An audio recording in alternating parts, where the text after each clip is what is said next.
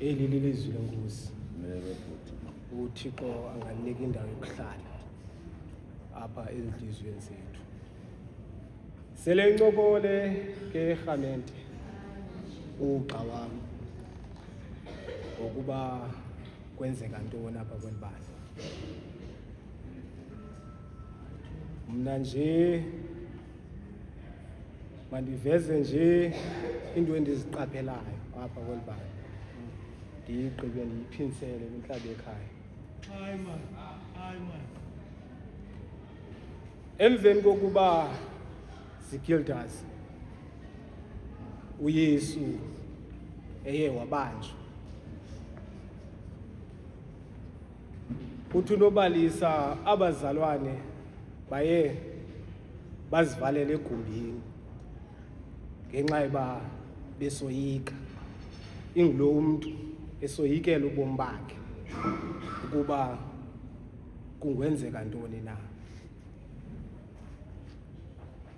Kodwa umbhali akasibaliselanga Zigildas ukuba kwindlela ebheke eMaus bayothini abazalwane. Zange ayimenshine loo nto umbhali. Kodwa vayisi ndathi xa ndifunda esi sicatshulwa ndafikelwa yingcinga yokuba isizathu sokuba abazalwane babheke kumhlaba okanye kwidolophana yase-Emaus, imishini yabo izithuba bazama ulibala ngento eyenzekileyo emnqandezweni. Ndafumana loo nto rhamente, ndafumana ukuba abazalwane injongo yabo ukuba baze balapha mamsukwini, it's because of bafuna ulibala ngento eyenzekileyo e-Emaus. Mhlawumbi mandiyithethe ke Zigildas ukuba wonke umuntu olapha njengoba silapha unalo ixesha lokuba akafuna ukuya ayonyathela e-Emaus, so that you can forget izinto ezenzekileyo ngokuya kumhlaba wase-Emaus. Kodwa eyona nto siyifundayo apha kwesi sicatshulwa,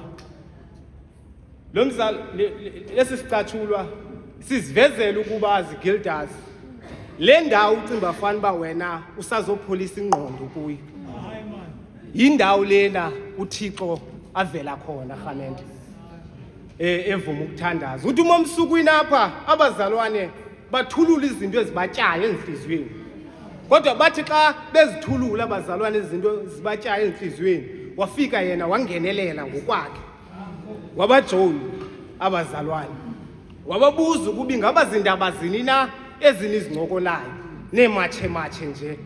Wathi umntu xa ephendula ukuba nguwe wedwa na umhambi apha eJerusalema le nto ungazazi izinto ebezehle apha. Watsho wabuza uYesu ukuba ingaba zithini na ezo zinto rhamente, wabuza uYesu ukuba ingabe zithini na ezo zinto. Bamphendula ukuba kwenzeka ntoni. Kodwa eyona nto ibuyisa ithemba labazalwane okokuqala mamsukwini, eyona nto ndicimba fanuba ibifama siyinowuthile okokuqala, uYesu xa edibana nabazalwane ufike watyhila izibhalo rhamente. Mhlawumbi xa ulapho kule Emaus ukuyo wena, ndiyakunika i-assurance ukuba ukutyhila kwakho izibhalo it's where ufumana ithemba.